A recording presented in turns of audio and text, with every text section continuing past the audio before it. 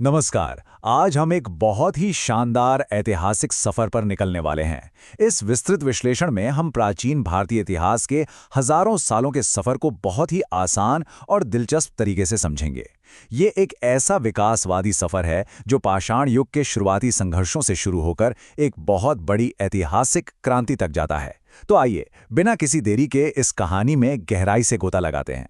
अब ये बात सच में हैरान कर देने वाली है कि इस उपमहाद्वीप में मानव इतिहास का एक बहुत बड़ा हिस्सा यानी पूरे 99% केवल पैलियोलिथिक या पुरापाषाण काल में ही बीत गया। मतलब उस समय इंसान सिर्फ एक शिकारी था जो अपना खाना इकट्ठा करता था। ये एक बहुत लंबा दौर था जिसमें मानव बस प्रकृति के भरोसे जीवित रहने की कोशिश कर रहा था। तो इस पूरे कालखंड को अच्छे से समझने के लिए हमने इसे 5 प्रमुख हिस्सों में बांटा है। 1. प्रागैतिहासिक काल। 2. सिंधु घाटी सभ्यता। 3. प्रारंभिक वैदिक काल। 4. उत्तर वैदिक काल। और अंत में 5. नए धर्मों का उदय। चलिए सबसे पहले युग से शुरुआत करते हैं। प्रागैतिहासिक काल ये वो दौर था जब हम सिर्फ जिंदा रहने की जद्दोजहद से निकलकर बस्तियां बसाने की ओर बढ़ रहे थे। अगर हम इस टाइमलाइन पर नजर डालें तो 3 लाख ईसा पूर्व के पुरापाषाण काल से शुरू होकर हम धीरे धीरे मेसोलिथिक, नियोलिथिक और 2000 ईसा पूर्व के ताम्रपाषाण यानी चाल्कोलिथिक काल तक का सफर देखते हैं। जैसे जैसे धरती की जलवायु में गर्मी आई, इन कालखंडों में एक के बाद एक बड़ी छलांगें देखने को मिली। इंसान धीरे धीरे लेकिन बहुत मजबूती से आधुनिकता की तरफ कदम बढ़ा रहा था। यहाँ सबसे दिलचस्प बात यह है कि समाज कैसे बदल रहा था। खुरदुरे पत्थरों से औजार बनाने वाले इंसान ने अब कुत्तों और भेड़ों को पालना सीख लिया था। और फिर मेहरगढ़ जैसी जगहों पर तो खेती और मिट्टी के बर्तन बनाने की भी शुरुआत हो गई।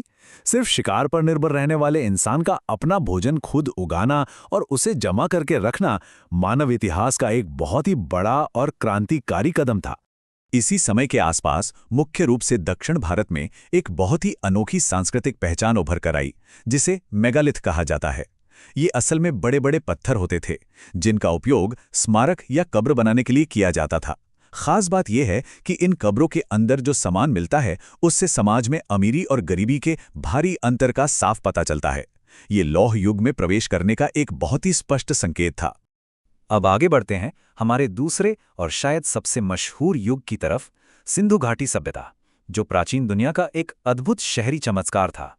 एक आंकड़ा जो वाकई चौंकाने वाला है वो है 2000 से भी ज्यादा। जी हां, अब तक सिंधु घाटी सभ्यता के 2000 से अधिक स्थलों की खोज की जा चुकी है। इस एक खोज ने उस पुराने मिथक को पूरी तरह से तोड़कर रख दिया कि दुनिया में सभ्यता पर केवल पश्चिम का ही एकाधिकार था। इन शहरों की खासियतें भी कमाल की थीं।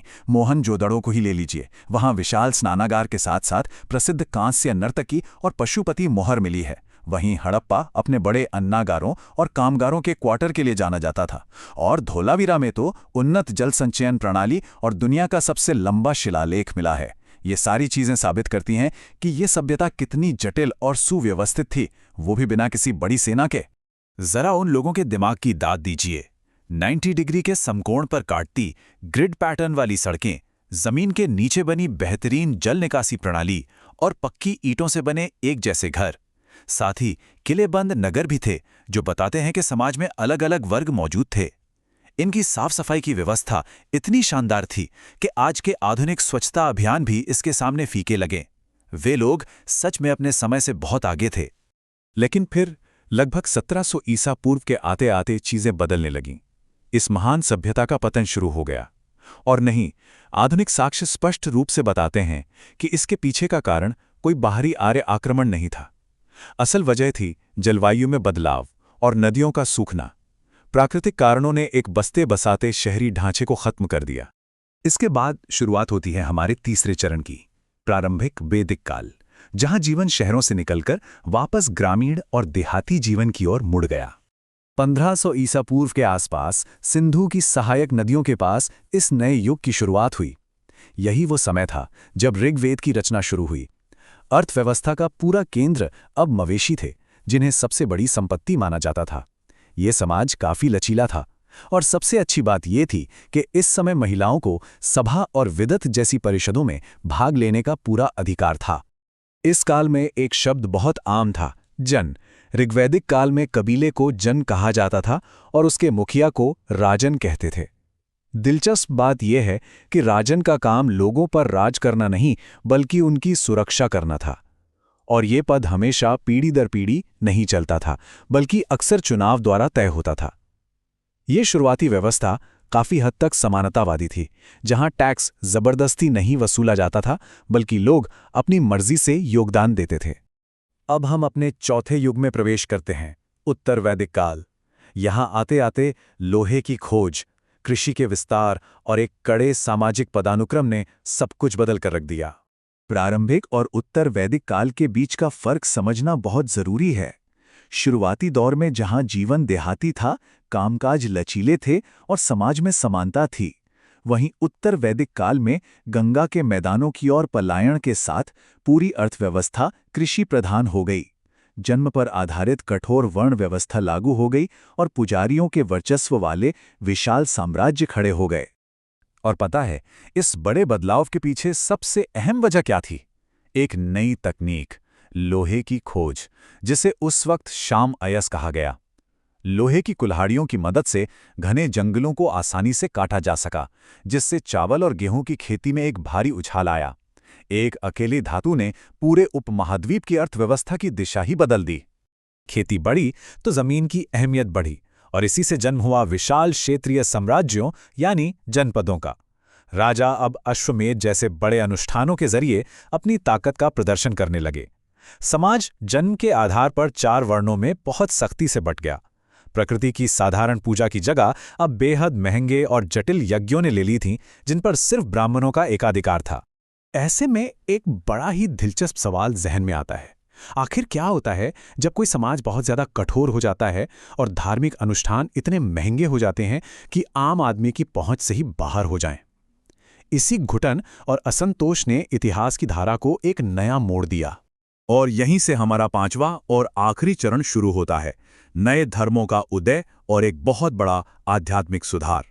इस क्रांति के पीछे कई परतें थीं। क्षत्रिय अब ब्राह्मणों के वर्चस्व को चुनौती दे रहे थे। उधर व्यापार बढ़ने से वैश्य समुदाय अमीर हो रहा था और समाज में बेहतर दर्जा चाहने लगा था। नए सिक्कों के चलन ने पुरानी व्यवस्था के बाहर एक नई अर्थव्यवस्था खड़ी कर दी थी। इसके अलावा भारी मात्रा में पशु बलि का भी कड़ा विरोध शुरू हो गया, क्योंकि इससे नई कृषि आधारित अर्थव्यवस्था को सीधा नुकसान पहुंच रहा था। हर तरफ से बस एक ही मांग उठ रही थी, एक सरल और शांतिपूर्ण जीवन शैली की। इन्हीं सामाजिक उलझनों के बीच एक नया और सरल रास्ता दिखाया गया।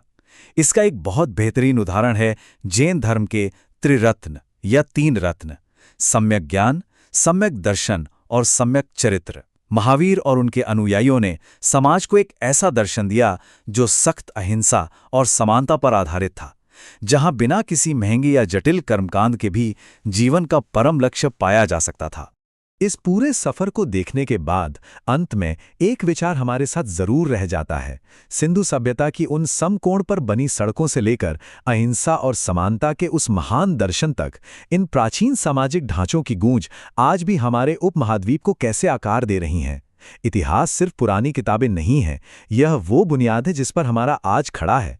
इस सफर में साथ जुड़ने के लिए बहुत बहुत शुक्रिया। उम्मीद है यह विश्लेषण आपके लिए बेहद ज्ञानवर्धक रहा होगा।